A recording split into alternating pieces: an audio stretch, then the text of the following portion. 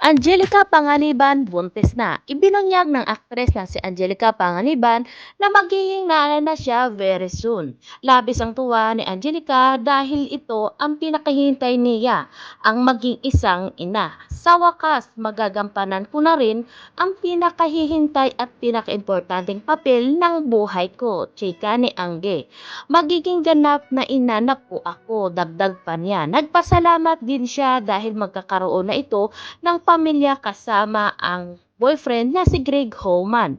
Opo, may matres ako mga kabakla.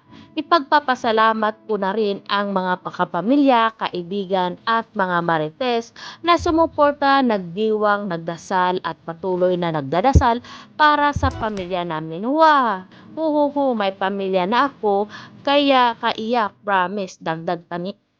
At nung nakaraan nga ay napabalitaan din natin na nag-get together nga ang mga mag-besties na sina Angel Locsin, Angela Kapanganiban, Dimples Romana, Bia Alonso, and Ann Cortez kasama ang kanilang mga mahal sa buhay na si Greg Homan, Dominic Rocky, at si Bibi Dalia Ameli. Dito makikita natin sa mga larawan nila na masayang masaya yung mga mag-bestie na nagpapipictorial.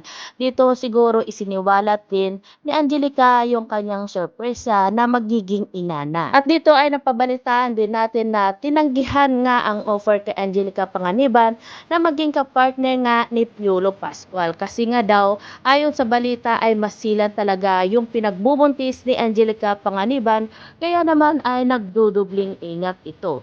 Kaya wish natin and congratulations nga dito kay Angelica Panganiban dahil sa wakas ay magiging isang ina na siya. Sana ay magiging healthy yung baby mo at magiging masaya ka. Alam ko na maraming nagmamahal at sumusuporta sa iyo.